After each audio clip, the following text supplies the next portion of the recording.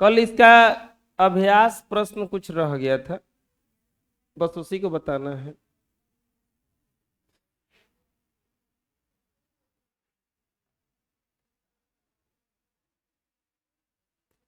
अभ्यास प्रश्न जैसे सूक्ष्म जीवों को किसकी, लो इसका उत्तर दिया हुआ है सब।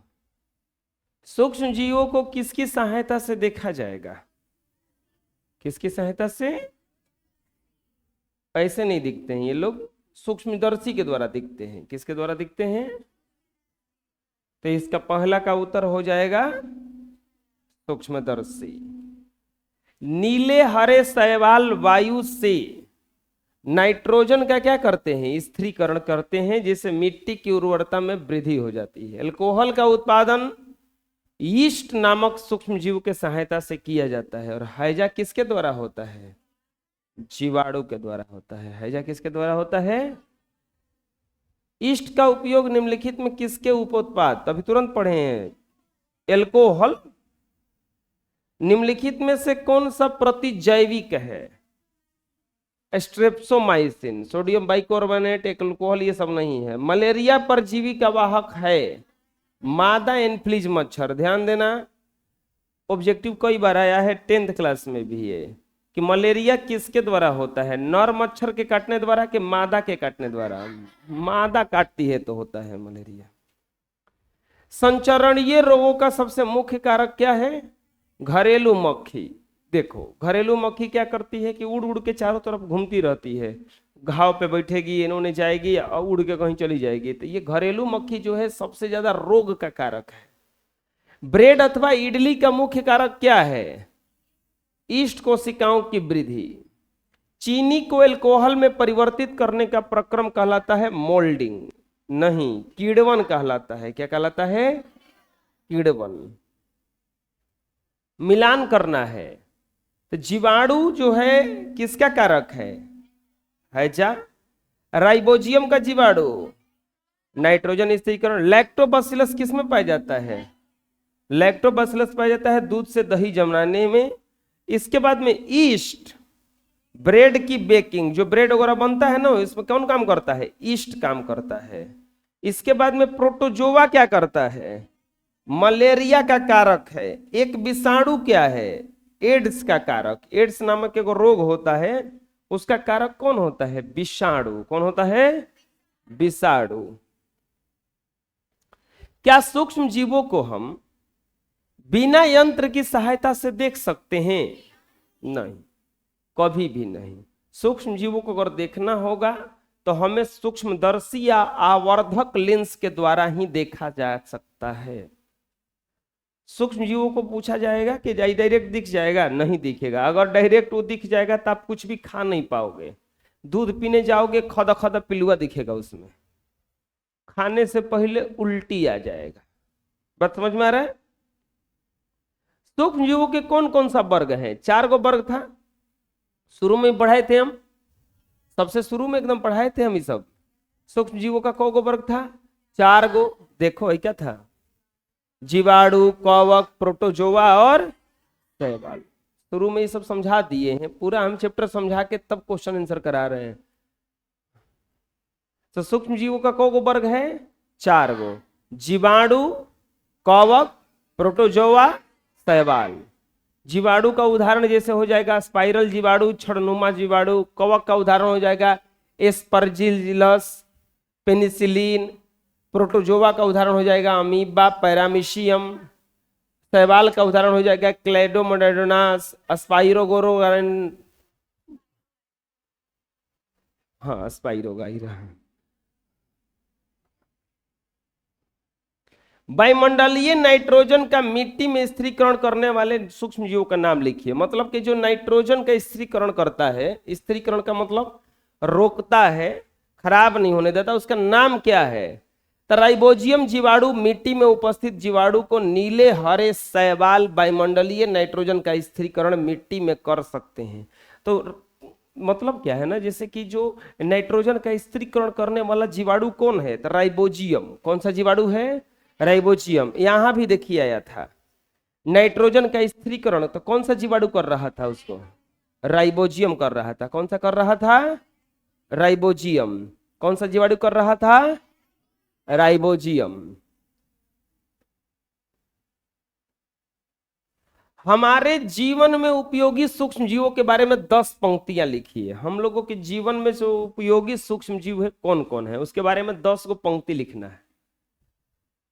तो पहला, इनका उपयोग दही, ब्रेड, केक बनाने में किया जाता है। अगर केक में जीवाणु न उत्पन्न हो वो केक फूलेगा ही नहीं, जीवाणु के चलते ही फूल जाता है। वो बढ़िया वाला जीवाणु है, खाने वाला, बुझ रहे? और सब ऐसा भकुआ रहा है, लग रहा है कि अब जीवाणु नहीं खाए हैं, सबको जीवाणु खाता है। पर्यावरण को स्वच्छ रखने के लिए भी इनका उपयोग होता है। अगर ये लोग जीवाणु सड़ल गलल चीज में ना पड़े तो ये लोग को खा नहीं पाएंगे, और ये सब पूरा हम लोगों के धरती पर गंदगी फैल जाएगा। तो जीवाणु वो लोगों को क्या कर देते हैं? खा जाते हैं। जीवाणुओं का प्रयोग औषधि बनाने में किया जाता है। टाइफाइड का रोग में देख लो, जीवाणु उपयोग में आता है। ढेर सारा दवाई जो जीवाणु से बना है, जो हम लोग टेबलेट खाते हैं उसमें क्या होता है? जीवाणु होता है। सब खाते हैं तो पेट में कुल जाकर के ठीक करता है, उसको देखता है कि का भइल बैकर रे, तो फिर वहां पे पहुंच के उसको ठीक करता है। ये कृषि में मृदा की उर्वरता वृद्धि करने में सहायक है। टीका बनाने में भी इसका उपयोग होता है। टीका ये वाला टीका नहीं, वैक्सीन, इंजेक्शन। अब देखिएगा, छोटा छोटा जो बच्चा होता है उसको ले जाके सासाराम में, हॉस्पिटल वगैरह में टाइम टाइम से वो कार्ड बनता है उन लोगों का, और उसके अनुसार उनको सुई दिलवाना पड़ता है।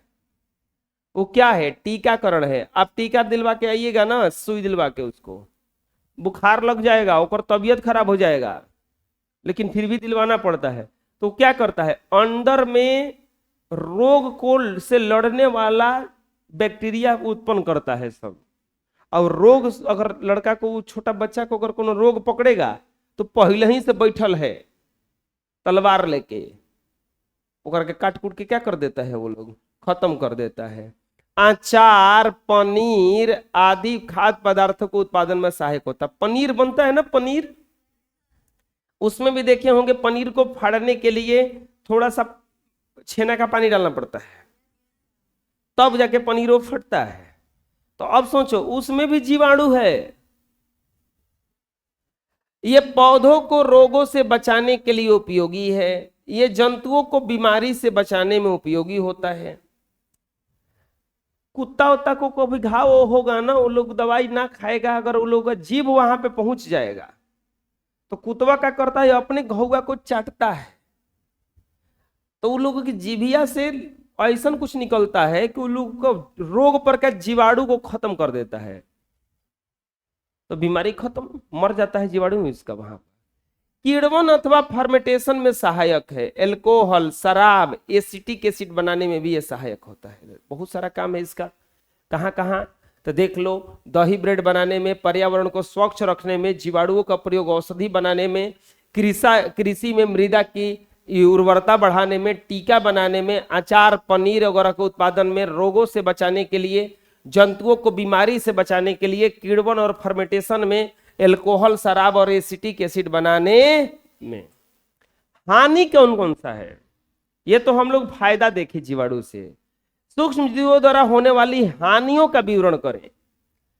जहां एक तरफ सूक्ष्म जीव उपयोगी हैं तो वही दूसरे तरफ सूक्ष्म जीव हानिकारक भी हैं। जैसे मनुष्य में रोग कारक, सूक्ष्म जीव रोग भी फैला सकते हैं। ऐसे रोग जो सूक्ष्म जीवों द्वारा होते हैं संक्रमित व्यक्ति से स्वस्थ व्यक्ति में फैलते हैं। ऐसे रोग संचरी रोग कहलाते हैं, जैसे हैजा, क्षय रोग। सूक्ष्म जीव केवल फायदे वाला नहीं है, घाटा वाला भी है। अगर वो बीमारी को ठीक करते हैं तो बीमारी उत्पन्न भी करते हैं, तरह तरह का रोग फैला सकते हैं। जंतुओं में रोग कारक, कुछ सूक्ष्म जीव जंतुओं में रोग के कारक हैं, जैसे एंथ्रेक्स जीवाणु द्वारा होता है। तो ढेर सारा जंतु में, अरे जंतु में अगर एगो जंतु में आप देखे होंगे, मुर्गा में रोग अगर एगो पकड़ेगा, मुर्गा फार्म अगर कोई खोला होगा चाहे देखा होगा कभी, तो एगो पकड़ेगा, सब मुर्गा मेरे को पकड़ लेगा वो, और सब मर लगी हसन। वही समय सस्ता करके उसको बेच दिया जाता है कि खा जा सन, सब आदमी ले आगे। पौधों में रोग कारक, नींबू में कैंकर रोग, जीवाणु से, गेहूं की रस्ट रोग, कवक से, भिंडी की पीत, वायरस से होने वाले रोग हैं। तो ये केवल फायदा ही नहीं पहुंचाते हैं कि ये इतना फायदा वाले हैं, रोग भी बहुत सारा उत्पन्न करते हैं। मनुष्य में रोग, जंतुओं में रोग, पौधों में रोग। मनुष्य में जितना भी ज्यादातर रोग होने वाला है, जैसे टाइफाइड सबसे ज्यादा, हैजा हो गया, टीबी हो गया, पोलियो हो गया, चेचक हो गया, ये सब सूक्ष्म जीव ही फैला रहा है। वो लोग इसका उपाय है क्या कुछ कि कब रोगे ना हो? स्वस्थ रहो, साफ कपड़ा पहनो, रोज स्नान करो, खाने से पहले हाथ धो लो, 2-3 बार ब्रश करो, जौची तौची मत खा लो, 3-3 दिन का खाना मत खाओ, पानी खूब पियो, हो जाओगे। उपाय है। प्रतिजैविक क्या है? एंटीबायोटिक किसी को कहा जाता है। जैसे अगर आपको बुखार ज्यादा लगता होगा तो डॉक्टर जैसे पैरासीटामोल का गोली देता है। बुखार में खत्म करने में पैरासीटामोल ही काम करता है, ठीक। लेकिन अगर इस पैरासीटामोल से ठीक ना होगा तो फिर उसके साथ एक और टैबलेट दे देता है कि दोनों खाइएगा। जैसे ओमनीसेफ हो गया, टैक्सिम हो गया, महासेफ हो गया, तो ये सब दे देता है। तो वो जो था, ये जो है ये रोग ठीक नहीं करेगा। बुखार आपका ठीक कौन करेगा? पैरासीटामोल। तब ये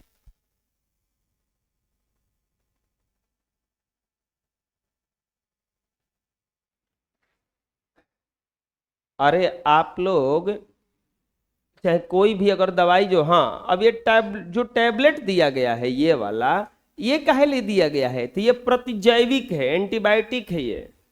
ये क्या करेगा? देखो पैरासीटामोल जाके काम करेगा बुखार पे, तो बोलो ये क्या करेगा जाके? ई जहां से बुखार उत्पन्न हो रहा है, जो जीवाणु है ओकरा के मुआ देगा जाके। ना बुझाया? जैसे एक बात बताओ, मान लो कि पाइप फूट गया है और ऊपर से पानी गिर रहा है, तो एहिजा काछने से का पनिया खत्म हो जाएगा? तो एक उपाय का है, 2 आदमी को लगाओ, एगो एहिजा काछे, एगो डायरेक्ट ओहिजा पहुंचे जहां से पानी आवता, ओहिजे बंद कर दे। तो ई का करता है? ई रोगवा खत्म करता है। ई का करता है? रोगवा का जड़वा खत्म करता है। एक बात जान लो, कोनो रोग परमानेंटली ठीक नहीं होता है, बस उसको दबा दिया जाता है। न समझ में आएगा करें हम? जैसे बुखार होता है, दवाई खाते हो, का जिंदगी भर बुखार ना लगेगा? हो सकता है 4 दिन के बाद आ जाए। बस उसको क्या कर दिया जाता है? ठीक कर दिया जाता है। कि जो दिक्कत आया था शरीर में, टैबलेट खा के उसको क्या कर दिया गया?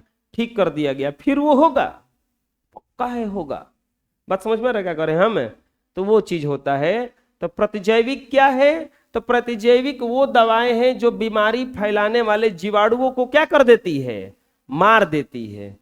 प्रतिजैविक असही नहीं लेना चाहिए, डॉक्टर से पूछ के लेना चाहिए, नहीं तो खाए जीवाणु था ही नहीं तो और अलग रोग उत्पन्न कर देगा। बुझा रहा क्या करें हमें? बोलो, प्रतिजैविक वो दवाएं हैं जो बीमारी फैलाने वाले जीवाणुओं को मार देती है या उनके वृद्धि को रोकती है। समझ में आ जाएगा? और इसको कैसे लेना है? डॉक्टर से पूछकर, ठीक है। और इस तरह से आप लोगों का एक्सरसाइज 2